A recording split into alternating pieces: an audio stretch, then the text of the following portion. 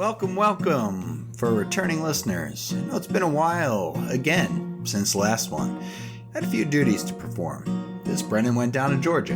Instead of having a fiddle duel with the devil, I was tasked to reading a number of bedtime stories to my wonderful niece. As much as I love telling stories of the gritty, grimy city to y'all, reading some Dr. Seuss to my sweet niece just takes precedent. But I made it back safely up north, where it's a hell of a lot colder and, well, a bit more chaotic. This is the second to last episode before I cap this first season off. Tonight, we're going to dive back into my private practice horror stories. I hope you really enjoyed your Halloween and Samhain celebrations. I know I sure did. The story is about someone who didn't so much. Without further ado, I present the Samhain Hangover. Well, I know how I ended up here. Getting stuck here was something else altogether, really. It was our honeymoon. You see, we never really left our village or took too many trips. Never had the means to. After getting married, Orla and I really wanted to splurge. We received some pretty fancy wedding gifts from an anonymous guest at our wedding.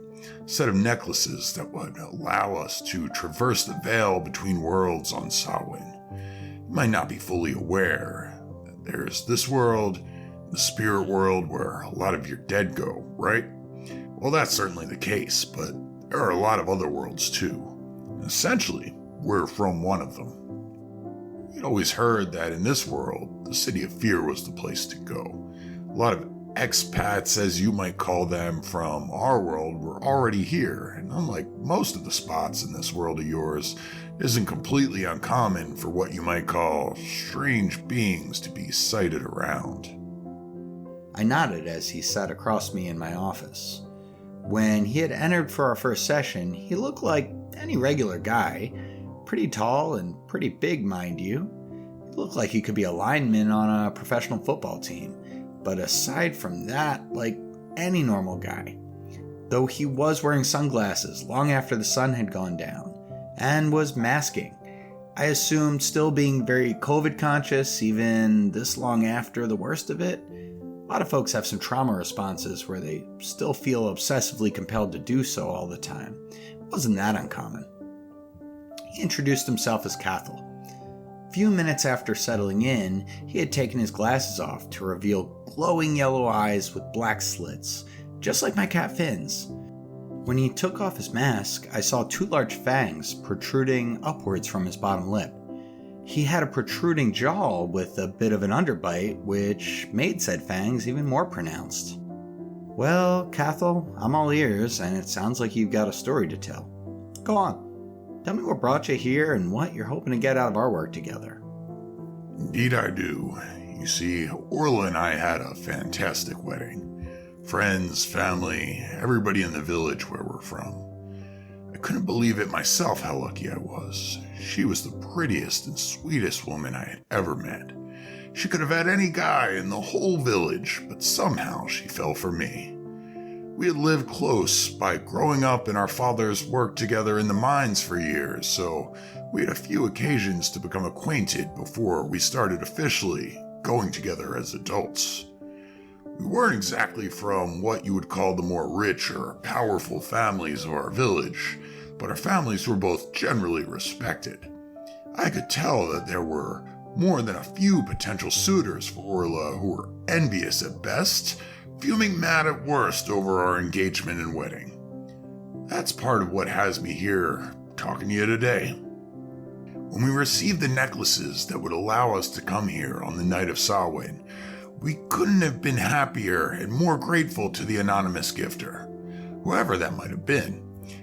We learned as much as we could about the city of Phear, the city's particular Samhain rituals and traditions. I hear many of you call it Halloween.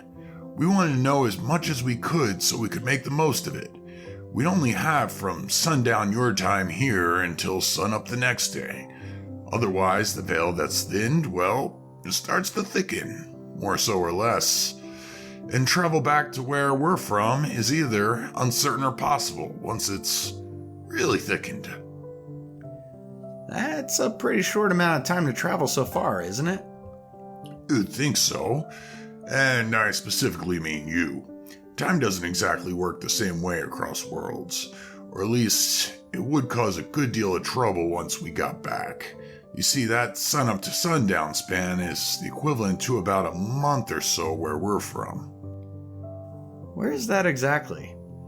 I don't think there's an English human word for it, and if I were to pronounce it in our tongue, it might shatter your ears, and I need you to hear me out, so I'll abstain from that. Fair enough. Go on. One of the things that really drew us here was that Orla and I are both drinkers. Mostly everyone from where we are is. It's many culture traditions to leave out food and drink on Samhain. Most other places we might have traveled to, we were likely to have our heads bitten off or worse for swiping drinks left for those that have crossed to other worlds. Here, most of you are pretty puny and fragile, no offense. I simply nodded, hoping I didn't swipe the drinks I left out for my people. So at first we got here, we were a little disappointed. We didn't have too much of a problem blending in, as there were plenty of you puny folks dressed up as ghouls, ghosts, and all types of things. We received plenty of compliments on the ways we looked. We followed along with some of your young and received food from a few houses, but no drinks.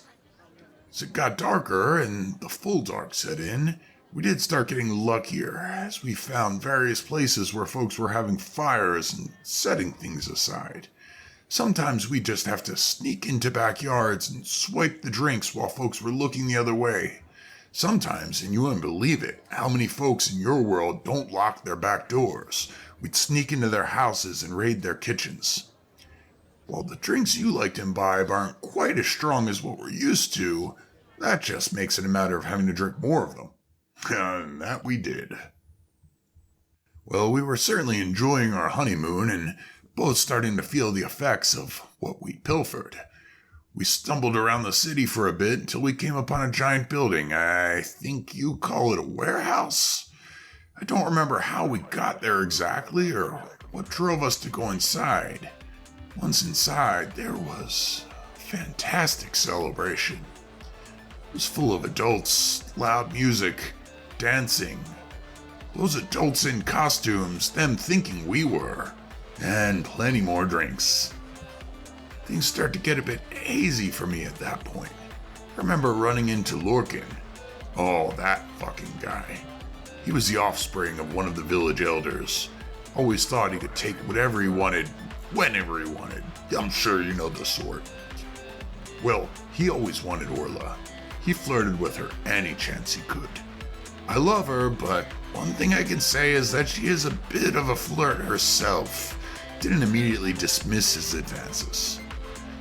I can't remember exactly, but I think I shooed him away that night. I felt like his eyes were on me for most of the night, or some eyes were on me. If not his, because I was eyeballing that fella myself whenever I could. The last thing I really remember from them is continuing to dance with Orla, steal some drinks people left unattended, and start kissing her on the dance floor.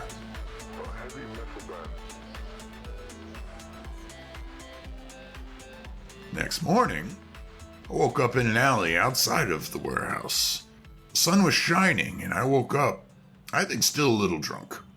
I was stumbling back and forth, up and down the alley, trying to get my wits about me while also cursing up a storm.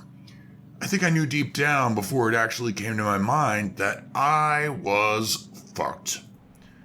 The sun being up meant I was likely trapped. Trapped here. When I finally came to that, my mind went to Orla. I looked all around for her. I tried to go into the warehouse where we had been the night before, but the door was locked. I did force it open, and it was just darkness and nothing inside. Not that it would have mattered at all at this point with the sun up, but I reached for the necklace on my neck, which brought me here and I expected would bring me back, but it was gone. I had heard you need to watch your belongings in this world, as stealing is more common and not always an immediate castration, as it is where I'm from, but still. Wow. Sounds like you've really been through it. I feel like you're still getting to something, though. Continue, please. Oh, you're damn right I am. I walked all around the streets close to the warehouse. I screamed out for Orla. There were a few people walking around, and they looked at me like I was crazy. Started realizing the day after your Samhain, the way I look might not be as acceptable. Spent a good amount of time looking, realizing that Orla wasn't anywhere. I kept looking, kept calling out. I retraced my steps from where we first came in, the route I thought I remembered us taking to steal drinks the best I could, but I couldn't find her anywhere. Exhausted and dejected from the day of not being able to find my love, the sun started to set again. I went to a pub to get some drinks. I tried to buy some drinks, but the bartender told me I couldn't pay with these. He showed me a handful of thick golden coins with engravings I didn't recognize. Thankfully, a group of men saw my dilemma, assumed I was some kind of stupid foreigner, and took pity on me and bought me some drinks. I told them about my story and where I was from, and I assumed they thought I was either lying or crazy, because they kept just roaring with laughter the whole time while I told them the whole sad tale. I would usually have been offended and snapped their necks, but they kept buying me drinks, so it was fine. I ended up passing out in a secluded alleyway that night, longingly thinking of my love. I'm sure she was worried about me and wondering where I was. She was probably back in her world. Maybe she thought I had planned this as a way to get away from her. Maybe she'd be furious with me when I got back. None of it really mattered, though. I just wanted to see her. I figured I couldn't spend every night sleeping in alleyways, and walked around and inquired enough to find my way to a nice little boarding house. Pretty sure the owner was a witch. She was a little old lady that was always hunched over and making potions in the food area. I assumed she didn't like vampires very much because it always reeked of garlic. Her name's Nana, or at least that's what she told me to call her. She didn't have any problems with me paying in my coins, so it all worked out for me. All right, so you went through all this. Sounds pretty stressful. You've landed on a place to stay. I gotta say, your case is a bit different from what I usually work with, but I'll see what I can do to help you. Well, I have a seer where I'm from, and he's a lot better than you, I can tell that already. But I heard from some folks that you're one of the few people here who don't immediately call for reinforcements when you encounter something from outside this world. Not quite sure how I'm getting that reputation, but okay. Obviously, as days passed in Samhain, I started getting stranger and stranger looks from your citizens on the street when I was walking around. That's why I wear this other Halloween mask. He pointed down to the COVID mask. And these things, pointing to the sunglasses. When I have both of these things on, nobody seems to bother me too much.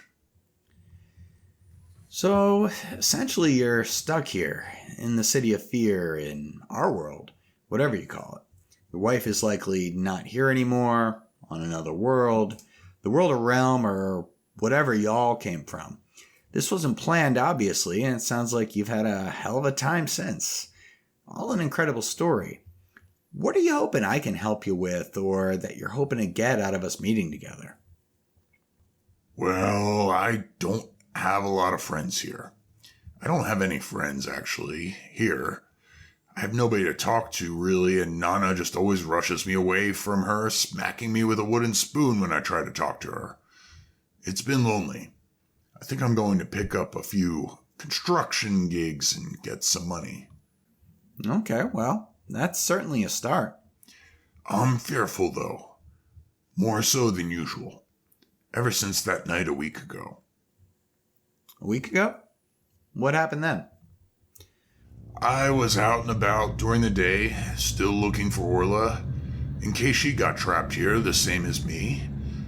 That's what I had been doing, apart from stealing drinks at pubs at night. When the sun went down and I stopped back at the boarding house, Nana said a strange big man had stopped by and left a note for me. It was on a scrap of your tiny paper, but it was written in the script of my homeland language. It read, "Cathal, what a terrible mess we found ourselves in. trapped here in this wretched world after our honeymoon. I long to see you again. Let's meet so we can find a way to bring ourselves back home. I so long to see you again. Meet me at the fountain in Palmer Park at midnight tomorrow." Oh, I know that spot. It's a bit across the city, though, so you got a message from your wife. She's trapped here, too? Well, not exactly. Let me tell you how it all went down. I gobbled up the dinner Nana had made for the house that night and got ready to set out. I took a few of the blades from the kitchen. You see, I knew that note wasn't really from my love Orla. She doesn't talk like that, all prim and proper. If she was trapped here too, well, for one, she would have just waited for me to come back to the warehouse. For two, if she did leave me a note, it would have at least told me what is it in your language? "You fucking idiot." Since there was none of that, this was definitely some kind of a setup. But I needed to find out who did it. All right, wow. Plot thickens. Go on. Yeah, well, I gripped a bunch of the blades from the kitchen and I sat out front of the boarding house until the moon came out, and just sat and watched until it was getting closer and closer to the middle of the sky. I asked the fellow in the room next to me when he came out for a smoke how to get to Palmer Park. He told me, and it was a pretty far walk, so I took off walking. As you can see, by your standards, I'm a pretty big fella, but even so, your city here is pretty scary wandering alone at night. I was looking over my shoulder every few steps, at every sound I heard. You're not the only one, my friend. Well, yeah, someone of my type. Not so much scared of puny folks like you that make up most of this town, but there are specters and other things.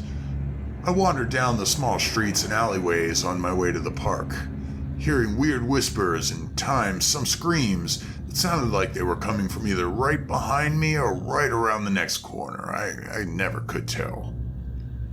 I kept on though. Now, like I told you, I didn't think I was actually going to find my wife, but I thought I might just find who had stolen my necklace, or at the very least someone playing a trick on me. I kept moving a little faster, a bit embarrassed to admit to a puny individual as yourself that I was feeling a bit frightened. I didn't have much time to think about it though. I was almost there, but before I got to the damn park, right before actually, in an alleyway leading up to a clearing where I could see the fountain, I got stabbed from behind. It hurt like something I'd never felt before. He stood up, lifted up his shirt, and showed me what looked like a fairly recent wound with crude stitches. Before I could interject, he plopped back down on the couch. Lucky for me, my reflexes are pretty good, and I spun around and grabbed the piece of shit who plunged the blade into my back. He was as big as me and wearing a Samhain mask that looked like the pale face of an old man with crooked teeth. Through the eye slits, I could tell he was one of my people. Pretty much what I expected. We rolled around in the alley for a bit before I was able to pull one of Nana's kitchen blades from my waistband, and while I tried to sink it into his chest, I didn't quite hit my mark, but it got him around his hip, which seemed to do the job. It sunk in and I held onto it as we pushed apart from each other. He tried to stand up, but fell down on one of his knees. I clutched the blade and screamed out, "Take off your mask and face me.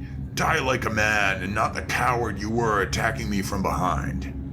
Sitting at the edge of my seat, forgetting my professionalism, I asked, "Oh, so what happened? Who was he?" Well, he threw the old human man mask off. I recognized him immediately. It was Neelu McGrew. He was one of Lorcan's lackeys, one of the lads that always hung around or behind him anywhere he went. Everyone knew he was a bit of a loser and Lorcan had him under his thumb. He got up and stumbled and lunged towards me, and I finally plunged Nana's blade into his chest. When I did, I pushed him off of me into one of the nearby buildings. He fell, blood coming out of his mouth. When the bastard finally spoke, "Ah, you trashy bastard. You got lucky this time, but you're trapped here. Meanwhile, Lorcan is romancing your bride. She'll forget all about you if you ever do get back, but that won't happen. I'm not the only one here. Lorcan's smarter than that. That's why he's better than you and will always be better than you. You're gonna get yours long before you ever get a chance to get back. Well, that's the gist of what he said. He started spitting up blood and stuttering towards the end. I walked back to the boarding house.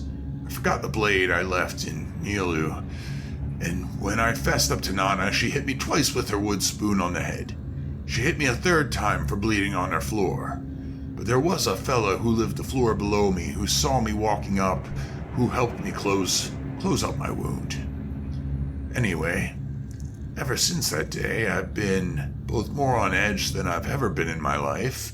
I've been having trouble adjusting to this world and city. I figured, since I can't find a seer here, you might be the next best thing. Explained a little bit about PTSD to Kothel. Talked a bit about what I could do for him in regards to the symptoms. Encouraged him to work on building a support system while here, aside from me.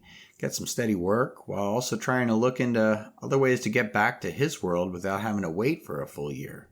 That part I couldn't really help him with. We made plans to begin meeting regularly, and I said goodnight to my new patient. Poor guy. Did the best I could to help him. This one was going to be something else.